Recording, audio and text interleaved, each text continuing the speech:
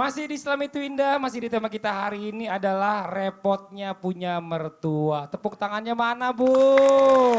Ini kita sudah ada berada di depan. Kita akan membahas tentang permasalahan-permasalahan rumah tangga. Sekarang waktunya kita masuk ke curahan hati suami istri. Mau?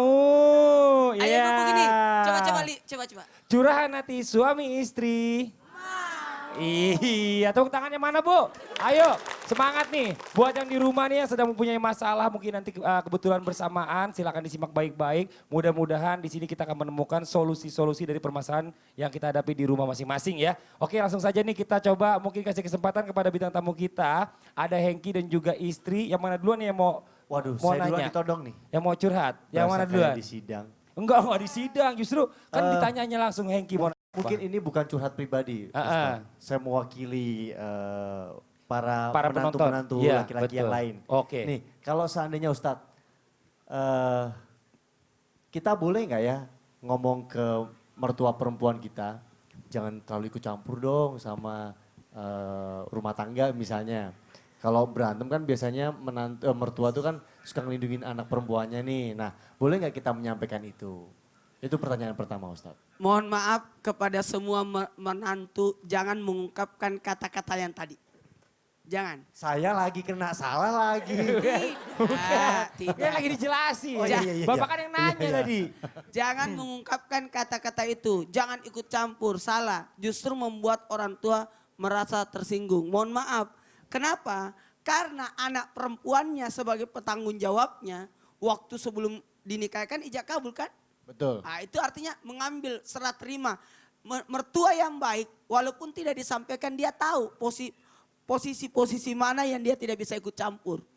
Iya, ketika ada orang mertua yang ikut campur, kita sebagai menantu harus tahu posisi. Oh berarti saya kurang dipercaya. Kalau begitu lakukan supaya dia merasa tenang. Mana jam tangannya pinjam dulu. Pinjam dulu. Oh pinjem doang, Pinjam pinjem doang. Percaya, harus percaya sama Ustadz. Itu Nih. memberikan Iya. gimana kalau mau dibuang. Oh jangan, itu mahal Pak Itu Ustadz. makanya Iya. diinjek. Oh jangan. Nah, itu ini baru jam tangan. Bagaimana Iya. kalau anaknya yang digituin diambil orang? Oh iya bener. Nggak boleh kayak gitu. Ini kenapa jadi nyalain gue? Yang nanya kan Lu lu. yang bisik-bisik. Enak aja Jangan ikut sembarangan. campur. Kan sudah dikasih kan?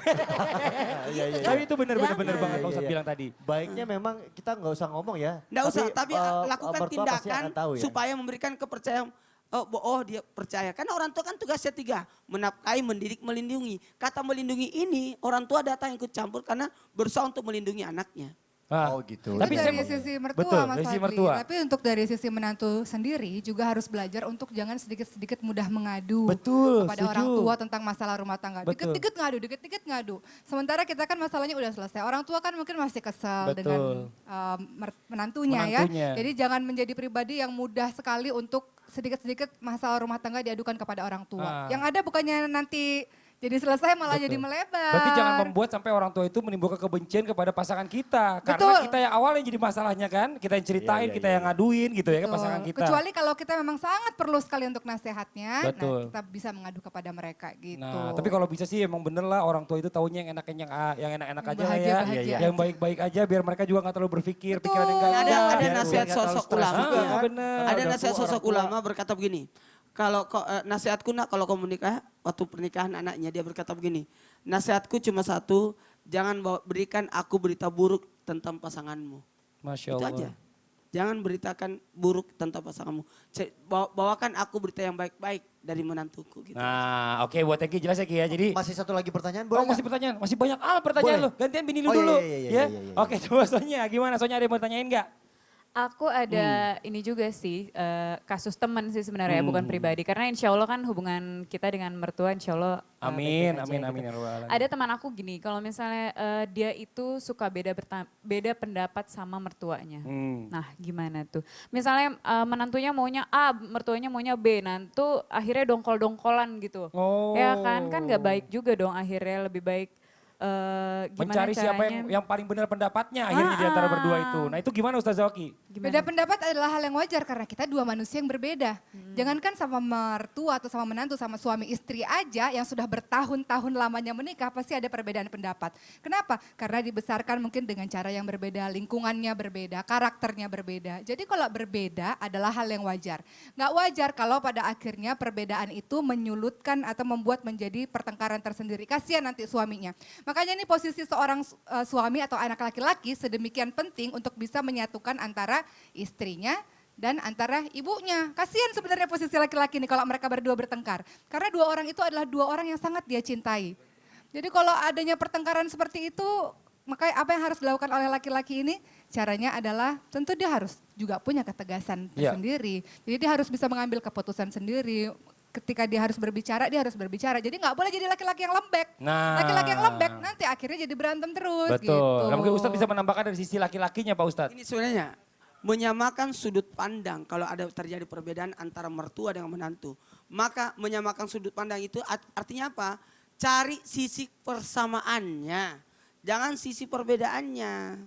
Jangan cuma melihat sisi ini tidak boleh.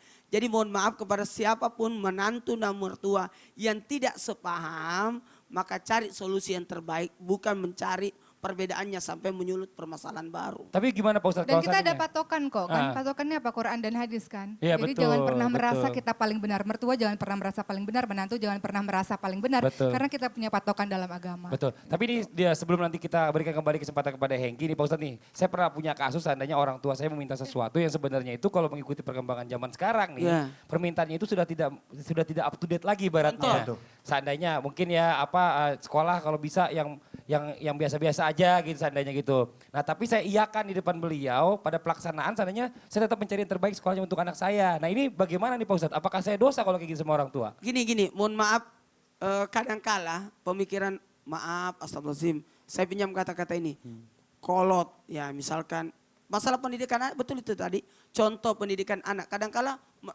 orang sebagai nenek, kita tidak akan bisa bertengkar dengan orang tua, nanti kita akan bertengkar ketika dia sudah punya cucu. Betul. Karena dia sangat sayang banget dengan cucunya, sangat sayang, pokoknya harus begini, tapi kita beda, aduh aku gak mau begini. Makanya mohon maaf jangan membuat kita putus silaturahmi dengan orang tua kita. Yang dikatakan tadi Pak Adli, apakah saya bisa mencari yang terbaik? Cari yang terbaik dari sisi yang terbaik, tapi tetap izin nantinya. Oh gitu. Cari waktu yang tepat, kita minta izin sama mereka. Iya oke. Kalau gitu Hengki apalagi mungkin mau ditanyakan nih? Begini Ya. Pak Ustadz, bagaimana kita menyikapi mertua yang tidak suka sama kita nih? Ah, gitu. Terus kemudian bagaimana nih cara memperbaikinya? Nah, Gini. begitu. Untuk memaksa orang suka sama kita, jangan. Untuk memaksa orang paham terhadap diri kita, jangan. Tapi kitalah yang berusaha untuk paham dan mengerti akan mereka. Kalau dia membenci kita, biar aja. Kalau orang, maaf ya, ini contoh kalau ada mertua yang membenci kita, enggak apa-apa. Yang penting aku tidak membenci orang mertuaku. Jadi balaslah orang dengan kebaikan. Jadi tetap berbuat baik. Dia marah-marah Air tuba kita dibalas dengar. sama air susu ya? Iya gitu aja. Kembali. Itu mau dibalas Yesus. Oh. Kebencian dibalas iya, sama benar. Oh, iya, kebaikan. benar. Tapi posisi antara mertua dan menantu ini unik. Karena mertua itu kan kita mengatakan bahwa seperti orang tua sendiri. Tapi memang agak sulit untuk menjadikannya seperti orang tua sendiri. Kenapa? Karena mertua ini dijadikan menjadi orang tua karena hubungan dari pernikahan, bukan karena dari kecil. Beda, jadi rasanya memang ada rasa beda. Kecuali kalau pernikahan itu sudah lama, bertahun-tahun lamanya dengan interaksi yang sangat dekat, bisa saja. Seperti anak sendiri bisa saja. Jadi karena hubungan yang unik ini makanya butuh usaha. Iya. Butuh usaha dari kedua belah pihak untuk apa? Untuk bisa dekat secara emosional. Betul. Jadi kan ini kan ketemu gede nih ceritanya. Betul. Mungkin nggak mungkin bisa sama dari anak yang dia asuh sendiri Iya. kan. Jadi caranya seperti apa? Caranya silakan untuk anak memahami bahwa orang tua lebih banyak pengalamannya daripada dia. Mertua menganggap bahwa mungkin anak ini memang lebih pintar, secara keilmuan pun sekolahnya lebih baik, jadi bisa juga mendapatkan Betul. masukan. Betul, Nah, sekarang saya masuk lagi nih, tadi ada yang dikatakan Ya. Pak Ustadz, saya tertarik dengan bicara masalah. Kalau sama anak mungkin nggak jarang terjadi perselisihan. Tertarik, bayarin aja. Tapi masalahnya yang paling sering itu karena cucu. Biasanya orang tua kita itu karena saking sayangnya, saking cintanya sama cucu, itu berantem. hal-hal yang harusnya tidak boleh, waktu kita kecil itu tidak boleh, tapi kira cucu dibolehin Iya, gitu iya, loh. iya, benar, Nah benar, itu gimana cara Ya, gini. mengantisipasinya Pak Ustadz? Pura-pura tidak tahu. Iya benar. Ini kata-kata pura-pura tidak tahu. Kadang-kala kita butuh pura-pura tuli, pura-pura enggak mencium, pura-pura tidak melihat. Itu kita tahu. ini saya larang anakku makan permen, tapi ternyata dikasih permen oleh neneknya. Dijanjiin lagi kadang-kadang. Janjiin kadang-kadang. Jadi kadang-kala kita gini, pura-pura tidak tahu aja. Nanti kita yang beri pengertian kepada anak, artinya cucunya supaya ingat dihargai nenek ya, gitu. Walaupun beda aturan, jadi tidak apa-apa. Ustaz Zoki mungkin ada mau disampaikan dengan pendapat tadi yang ini. Itu resiko kalau seorang anak suka nitipin anaknya sama ibunya. Nah, kalau misalnya suka nitipin. Ustaz Zoki. Iya.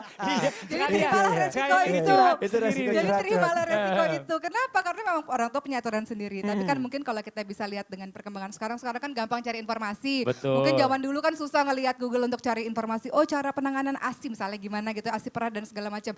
Jadi gimana silakan untuk berdiskusi sama ibunya untuk dicarikan informasi-informasi. Jadi sambil ibunya sekalian baca juga, ibunya teredukasi juga. Betul. Gitu. Nah mungkin dari anaknya Hengki ada yang mau ditanyakan nih. lagi Ngomong, digendong. dong. Masa dari tadi mau ditanyakan? Ngantuk dia, Dan ngantuk. komunikasi, Iya, tetap kembali kepada komunikasi. Karena butuh waktu memang, karena orang yang baru ditemuin, ya Allah. Oke, masih ada satu pertanyaan lagi nih kira-kira. Soalnya ada yang mau ditanyakan lagi gak nih? Boleh. Tentang bicara masalah mertua atau mungkin cara pendidikan anak dengan mertua dan lain-lain lah. Dia mau nanya, bener itu.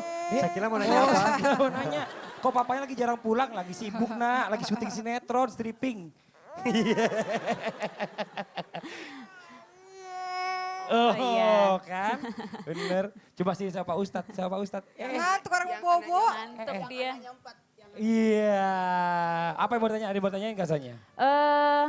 Kembali lagi ke pertanyaan teman-teman sih, paling ada temen yang kadang-kadang mertuanya nyinyir. Oh, mertuanya nyinyir. Ya kan, kenapa-kenapa dikit dinyinyirin, kenapa-kenapa dikit salah kayak gitu-gitu. Dan akhirnya mereka nggak nyaman dalam satu rumah, padahal mau nggak mau kan harus tinggal sama-sama gitu. Nah Oke. itu lebih. Ini permasalahan orang yang masih satu atap dengan orang tuanya atau mertuanya nih Ustaz Zoki. Silakan Ustaz Zoki. Nggak ada yang hina orang yang mau minta maaf duluan. Mau dia salah, dia nggak salah, silakan untuk minta maaf duluan. Justru itu menunjukkan kebesaran hati dari dia. Kenapa? Karena kita mau adem dulu suasananya. Kalau hatinya udah adem, kita gampang untuk mengemukakan alasan-alasan kita. Dan bertanya, kenapa Bu? Ada apa dengan saya? Apa salah saya? Apa yang harus saya perbaiki? Jadi, untuk seorang menantu, kita tetap menerapkan wafid lahuma janahadzulli minar rahmati wa qur rabbirhamhuma kama rabbayani shaghira.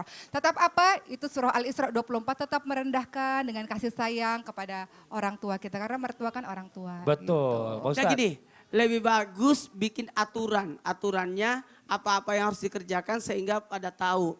Jadi mohon maaf, kesepakatan ini penting antara mertua dan menantu. Kalau perlu ada Harus jam-jam diobrolin di depan dulu ya, Iya. kayak ada perjanjian gitu ya Ustadz ya? Enggak mesti juga terlalu formal sih. Tapi mereka pasti tahu, banyak-banyak mendengar. Apalagi ini orang tua kan mulutnya ngoceh terus. Kita sebagai menantu harusnya banyak mendengar dari beliau. Setidak-tidaknya hargailah mereka. Betul, Masya Allah. Betul, betul. Alhamdulillah nih, Masya Allah ini luar biasa banget nih. Alhamdulillah. Mudah-mudahan pertanyaan tadi tanya jawab kita yang singkat ini tadi bisa menjadi pembelajaran buat kita semuanya ya. Amin, amin ya robbal alamin. Buat jamaah yang di rumah jangan kemana-mana nih. Kita masih akan lanjutkan lagi tema kita hari ini, repotnya punya mertua. Setelah yang satu ini tetap di Islam itu Indah. Jamaah! Oh jamaah! Alhamdulillah. Siapakah manusia yang paling berhak atas seorang perempuan atau seorang istri? Apa jawaban Rasulullah? Zaujuh, suaminya.